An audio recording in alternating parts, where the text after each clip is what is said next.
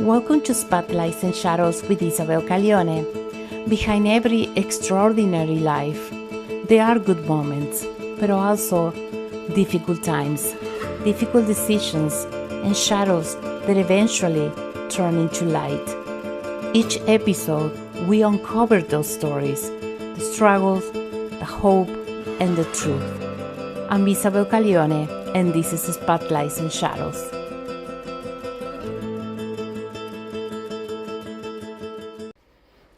Today's episode of Spotlight and Shadows is deeply personal and powerful. My guest is a woman who came to this country and built a life through education and determination. Now holds an important position in our state, in Connecticut. An immigrant success story. Sandra Arenas is from Chile. She is an Associate Attorney General in the Attorney General Office.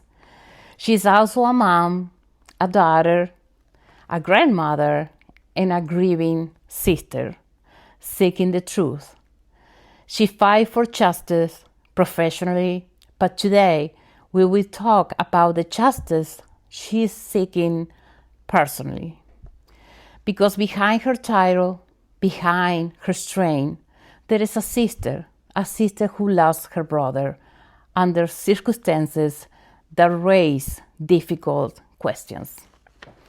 Questions that still don't have answers. Today we honor both the spotlight and the shadows. Thank you for being here, Sandra. Thank you, Isabel, for having me here. It's an honor. Oh, thank you. So I will start from the beginning. And when you first came to this country, what was your dream you carry when you came here?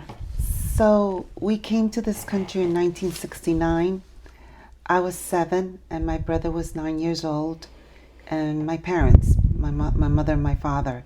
We arrived in New York, and that's where we stayed for several years until my brother and my parents moved to Florida, and I stayed in New York. They didn't like the cold from New England. I believe that must have been it, but they decided that I didn't want to leave to Florida, to be honest. I just wanted to stay in New York, and that's where I felt I needed to be. And not to say that I didn't miss them, right? But I was just more independent. And my mom wanted to go to Florida because my brother had already moved to Florida. Oh, okay. Was better weather over there. I always want to go to Florida, but then it's like a lot of people complain about the cold here, but we stay here for some reason. I know, right? I don't know why, but we do. Yeah. Now you hold a very important role in the state. But who you were before this important job that you have and before your degree? So we came to this country in 1969. I was from Chile. I was 7 and my brother was 9 years old. We came directly to New York, and we stayed there from elementary school to high school and to college. And when you come to this country, you're expected to do well, whether it's to go to a trade school or whether to go to college, but you're expected to succeed. And that was something that both our parents pushed us, me and my brother, and we did. I became a lawyer, my brother became a registered nurse, and then a police officer. I went to college in New York, Queens College, and from there I went to UConn Law School. And my brother went to Queens College as well, then he went to nursing school, and once he became a registered nurse, he moved to Florida, where he was working in a hospital, but then he decided he wanted to become a police officer as well. Nice. That's very, your parents must be, you too, very proud of him. Yes, very. He always did one more than me. 2 careers. Yeah, well, so I want to talk about your brother. Tell me about who was he. An amazing person, fun, loving, protective, a father of 5 daughters, and a grandfather of 5. He loved to party. When I say party, it was at his house, at his lake house, that he loved to dance. The girls put him on TikTok. He loved TikTok when the girls would make him dance or do funny episodes. I saw some videos and he was dancing very. He loved to dance. Yeah. So a funny thing, which I didn't say before, that we used to love to go out dancing together. You know, once we were 18, we could go to clubs. Yeah. And we would dance salsa, the hustle.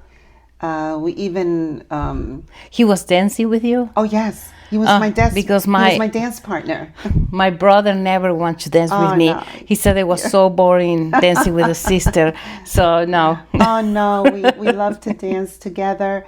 We never won. I mean, we did win one contest. I think it was a hustle contest. Okay.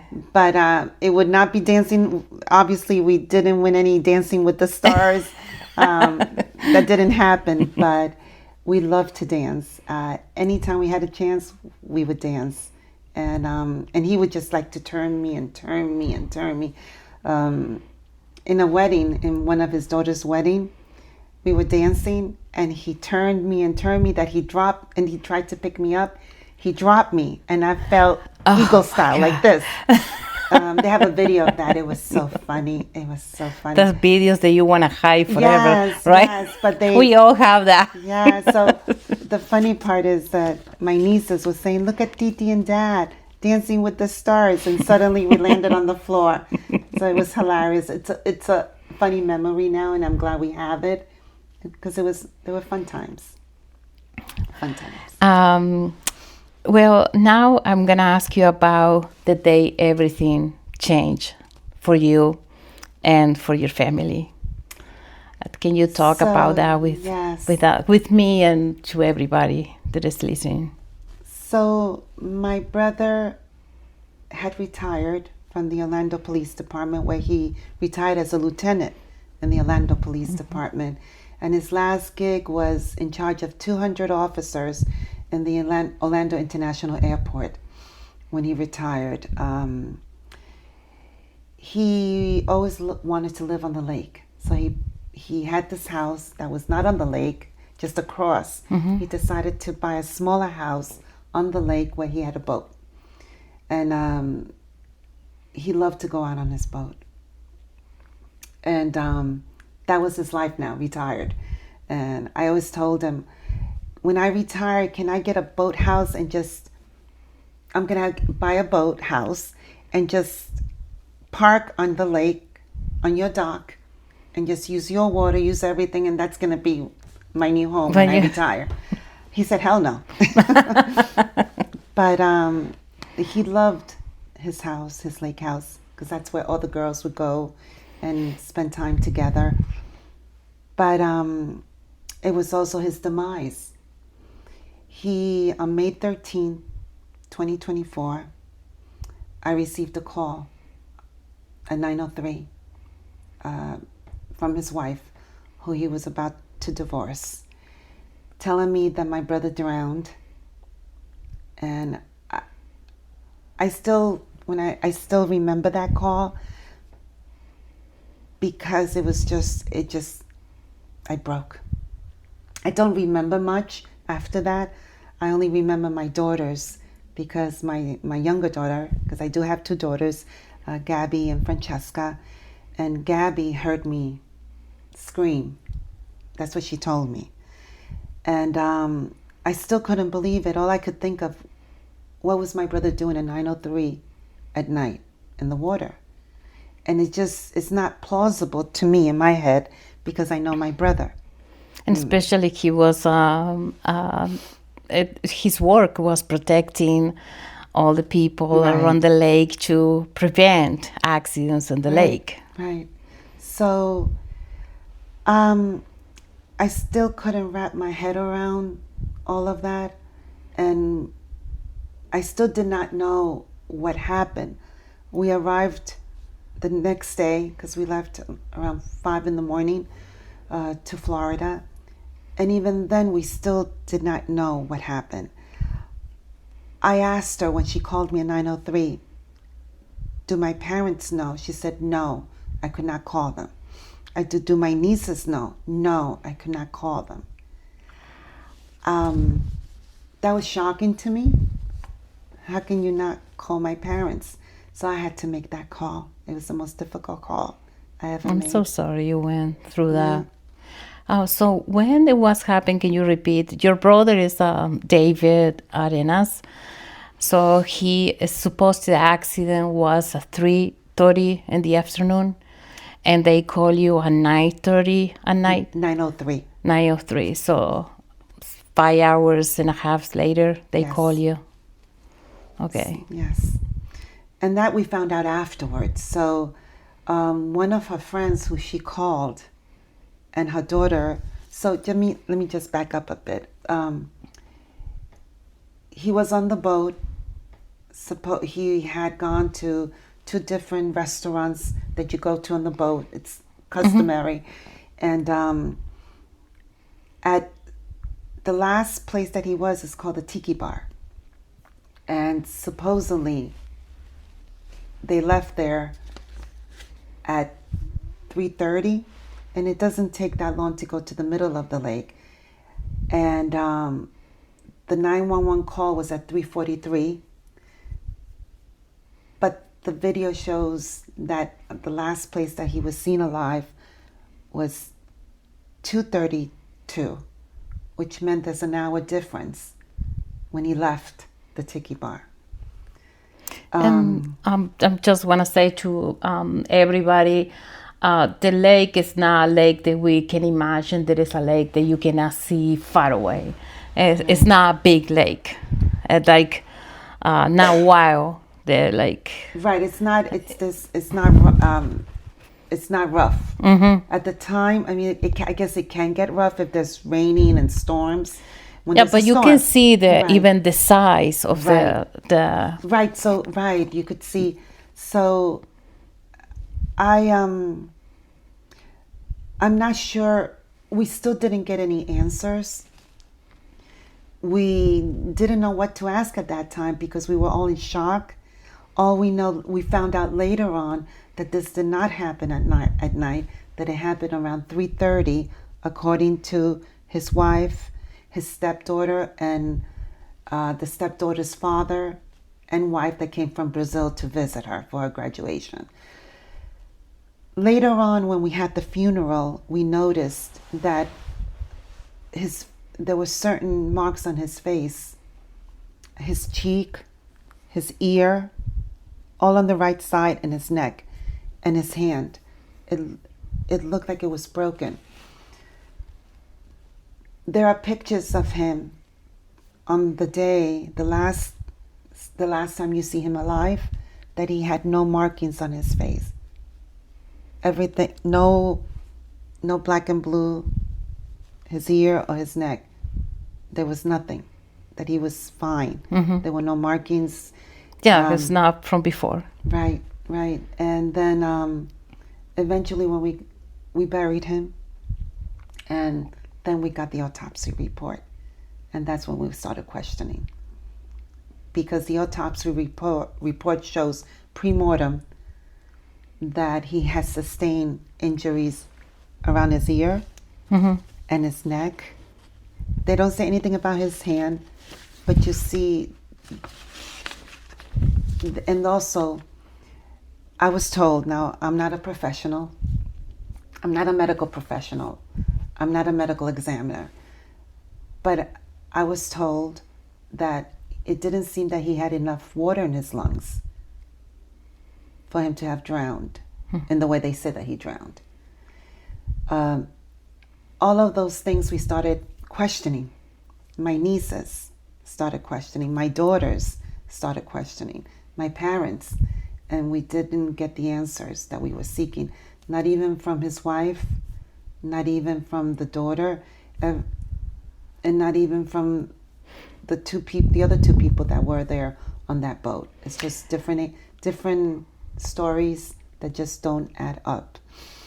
So that means what you're telling me is like he didn't have enough water, and it's because he was maybe unconscious when he went to the water, or Yes, that's what I'm told. That normally, if you are alive or conscious, yeah, in the water, your water's going into your lungs, your mouth, a lot of water. Not only that, you would have to breathe in your trachea, in your lungs, your mouth. He had no to breathe. So that's another question. And since I had so many questions, and I just, by their actions, also by his wife, the daughter, and the other two people's actions, we started questioning. We didn't understand. We believed that something happened there. yeah. Whether it was an You accident. need answer for the inconsistencies in what Exactly. is showing, because I'm gonna say we're gonna have a second episode. That is, we're gonna go through the proof from the 911 call, from the police report, when it was closed, the case, and a lot of things. That is, that's why you and your family have these red flags, start to have the red flags about your brother's death. We're gonna keep talking. So just to close this episode, thank you, Sandra, for being here, for sharing this story. We're gonna continue to talk about this, and thank you all of you to watch this episode, the Spotlights and Shadows. With Sandra, we are reminded sometimes the people who fight the hardest for justice is the ones they're waiting for it. So see you in the next episode. This is Spotlights and Shadows with Isabel Calione. Thank you so much. Ciao. Thank you for being here with me today. Follow Spotlights and Shadows on all platforms. And you can also find me on Instagram by Isa Calione, on Facebook by Isabel Calione. And don't forget to subscribe to my YouTube channel, Spotlights and Shadows with Isabel Calione, so you never miss an episode. Thank you. Ciao.